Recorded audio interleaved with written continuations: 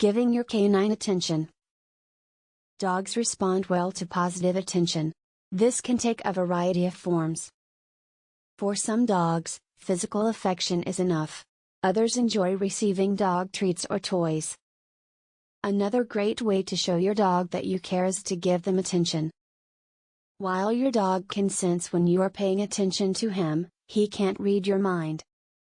Instead, providing your dog with positive attention will help him to know that he is loved and valued. You can give your dog affection through petting, holding, and cuddling. It is important to provide your dog with positive attention every day. This can take many forms. Petting, praise, snuggles, and cuddles are all beneficial. However, the most important form of attention is human interaction.